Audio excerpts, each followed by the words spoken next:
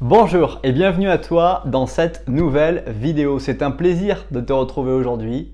Et aujourd'hui, on va voir les 10 règles d'or de Margot Raby. Dans cette vidéo, tu vas découvrir 3 choses. Brièvement, qui je suis, qui est Margot Raby et enfin, les 10 conseils en or de Margot. Reste très attentif jusqu'à la fin de cette vidéo puisque j'aurai un petit cadeau à te remettre dès la fin de cette vidéo.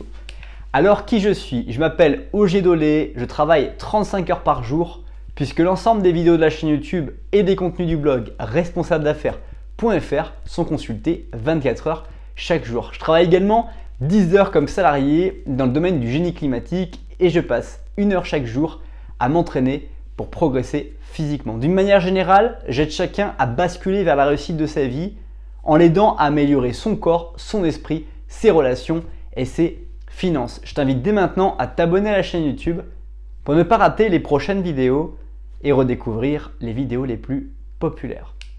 Alors, qui est Margot Raby? Margot Raby est née le 2 juillet 1990 à Dalby en Australie. C'est une actrice, productrice et réalisatrice australienne que tu as découvert à travers le film dont tout le monde se souvient, le de Wood Wall Street, incarné par Leonardo DiCaprio, dans laquelle elle joue la femme de Leonardo DiCaprio qui est victime finalement de toute l'avancée, la progression spectaculaire de son mari à travers justement tout ce qui va être le trading, vendre des actions, des actions très sous-cotées, très peu intéressantes par les gens en les vendant comme si c'était une Lamborghini alors que c'était une 2 chevaux aux personnes qui finalement ne connaissaient pas ces actions.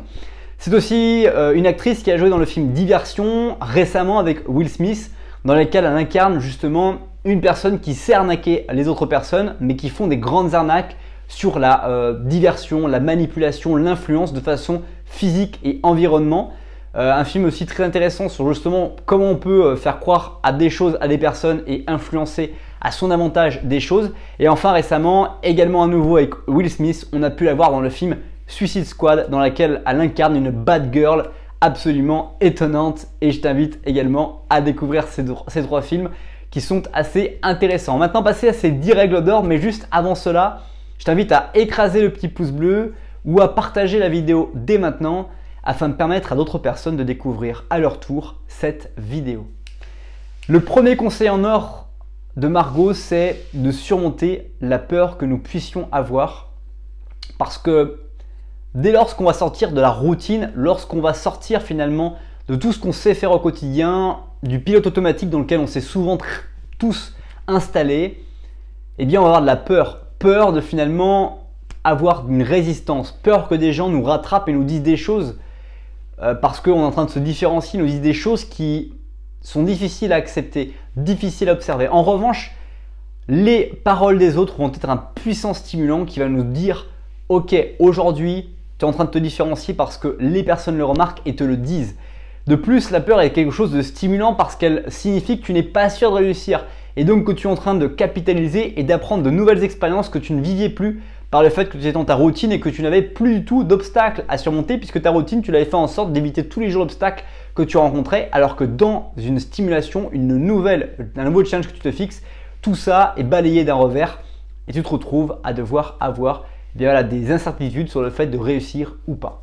Deuxième conseil en or, c'est de persévérer. Aucune réussite n'a été menée sans persévérance. On le sait, il faut de la détermination et de la discipline pour réussir quoi qu'il arrive dans notre vie. Si tu veux améliorer ton corps par exemple, tu vas devoir t'entraîner de façon disciplinée avec une régularité, éventuellement dans des routines quotidiennes, hebdomadaires pour pouvoir justement entretenir ton corps et le développer à ne pas maintenir une masse grasse. Pour tes relations, tu vas devoir aussi installer dans tes routines des conversations, des sujets de conversation intéressants, puissants qui vont stimuler tes relations. Même chose dans tout ce qui va être développement de ton état d'esprit. Tu vas être obligé de définir, regarder, réfléchir, lire, regarder des films qui vont te permettre d'apprendre de nouvelles informations que tu ne connaissais pas. Et enfin en finance, tu vas devoir aussi t'éduquer à savoir comment mieux vendre des choses, à savoir comment construire des entreprises dans différents domaines, à savoir éventuellement comment investir dans l'immobilier, comment investir en bourse ou comment tout simplement changer d'entreprise en tant que salarié pour pouvoir apporter plus de valeur par rapport justement à un rôle que tu n'as pas aujourd'hui. Donc la persévérance, ça demande de la discipline quotidiennement, de s'entraîner à devenir plus que ce que l'on souhaite être aujourd'hui. Comment je peux améliorer ma propre vie et mon propre fonctionnement. Voilà de quoi on part pour persévérer et après on se discipline évidemment. Troisième conseil en or, c'est de suivre son instinct. Beaucoup de personnes ont une intuition très forte parce que dans les profils de personnalité, il existe 16 grands types de profils de personnalité et dans ces grands profils de personnalité, c'est les profils MBTI si tu t'y connais là-dessus, il y a des profils qui vont avoir une part d'intuition beaucoup plus forte que la part factuelle. La part factuelle, c'est cette capacité à justement toujours tout mesurer par le côté factuel alors que d'autres personnes vont savoir intuitivement ce qu'il faut faire au bon moment, qui vont prendre leur téléphone au bon moment, qui vont également pas vous appeler pendant quelques mois, vous allez penser à eux et ils vont vous appeler avant vous. Et toutes ces personnes-là sont absolument extraordinaires par leurs intuitions, mais par contre c'est compliqué parce que dès lors que tu vas leur demander quelque chose de factuel, eh bien ils vont te dire c'est ça qu'il faut faire, c'est mon intuition qui te le dit et on va avoir du mal à savoir sur quoi ça se base et comment on peut justement jauger ça parce que l'intuition est beaucoup trop forte. Donc suivre son intuition, c'est aussi accepter de savoir que finalement son intuition est ta dominance chez soi et que ça fonctionne très bien et du coup tu peux l'utiliser dans ton quotidien, que c'est pas négatif d'utiliser ton intuition, bien au contraire tu dois la développer, la stimuler et encore plus apprendre à l'écouter pour justement gagner du temps par rapport aux personnes qui ont besoin d'être très factuelles et des fois il y a des signes qui ne sont absolument pas avant-coureurs que tu ne peux pas prédire sans intuition. Quatrième règle d'or, c'est être prêt. Il vaut mieux être prêt à une opportunité et ne pas en avoir que d'avoir une opportunité et ne pas être prêt. Il faut que tu sois toujours entraîné dans tes routines à pouvoir être prêt pour une nouvelle opportunité, que tu ne sois jamais surpris finalement de ce que la vie a de meilleur à te proposer car les arbres que tu as plantés, les graines que tu plantes vont porter des fruits à un moment ou un autre. Tu ne sais pas quand et il faut que tu sois prêt à récupérer ces fruits pour les consommer, pour éventuellement les partager avec les personnes autour de toi. Être prêt est une véritable culture et demande beaucoup de réflexion, de stratégie pour savoir comment les choses vont s'organiser à court, moyen et long terme dans sa propre vie. Cinquième règle d'or, c'est saisir vos opportunités, les opportunités. Encore une fois, les opportunités sont quelque chose qui sont très fonction des relations, du réseau que l'on va avoir. Plus on va entretenir des relations qui sont sincères, spontanées, authentiques avec les autres, plus ils vont penser à nous et vont pouvoir nous proposer des choses qu'on n'aurait même pas imaginées pour soi. Parce que du coup, l'accessibilité qu'on va avoir dans la relation avec l'autre va lui faire dire lui, cette personne saurait faire cette chose qu'aujourd'hui je pense et que je ne sais pas forcément faire personnellement. Sixième conseil en or, c'est faites tout. Tout ce que vous pouvez faire sur les idées que vous avez, effectuez, lancez-vous parce que vous pouvez tout faire pas forcément tout faire maintenant, ici et maintenant, mais vous pouvez tout faire en échelonnant, en mettant en place votre vrai plan stratégique sur 3 mois. C'est ce que je conseille à l'ensemble de mes élèves. 3 mois, les cycles c'est 3 mois. Il y a 4 cycles par an, 3 mois à chaque fois de cycle dans lequel on va mettre en place des nouvelles routines. On va pratiquer, toujours autour de la passion, de ce qu'on veut vraiment réussir à faire parce qu'il faut remplir cette routine qui va être développée et avec des stratégies que je partage avec mes élèves pour justement réussir encore à se lancer vers la proactivité, être actif et ne pas être procrastiné.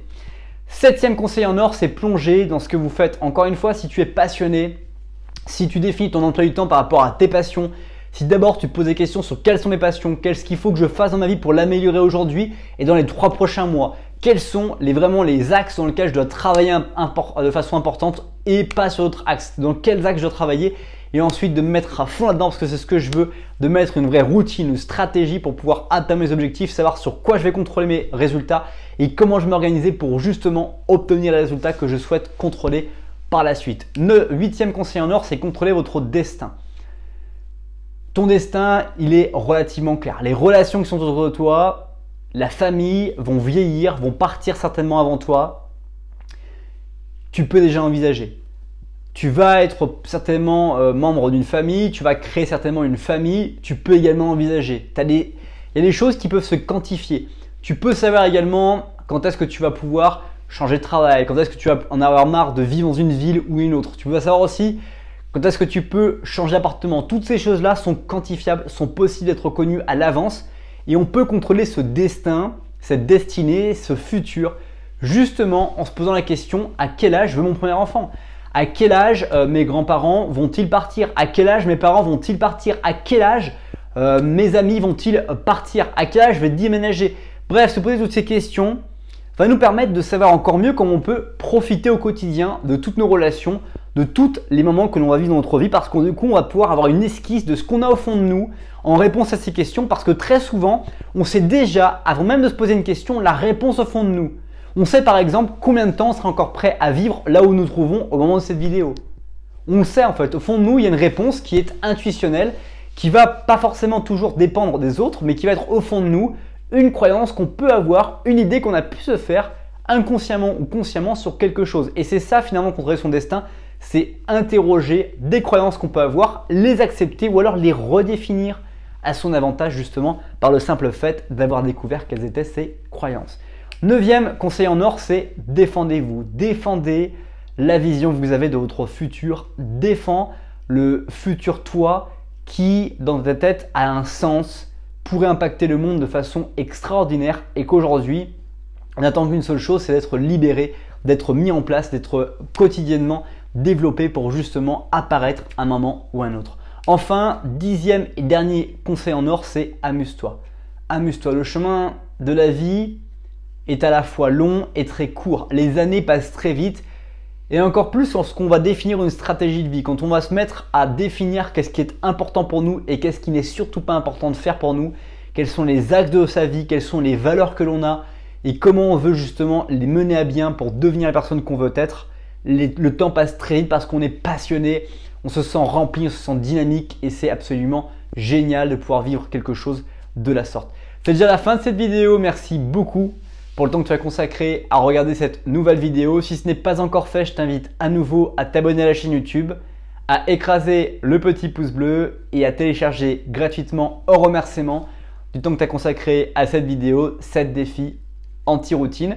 Et si toutes ces étapes sont déjà remplies, découvre à gauche de cette vidéo sur l'écran la dernière vidéo de la chaîne YouTube et à droite l'un des contenus, une vidéo adaptée à ce que tu regardes en ce moment. Passe une très bonne suite de journée et je te dis à bientôt pour une prochaine vidéo.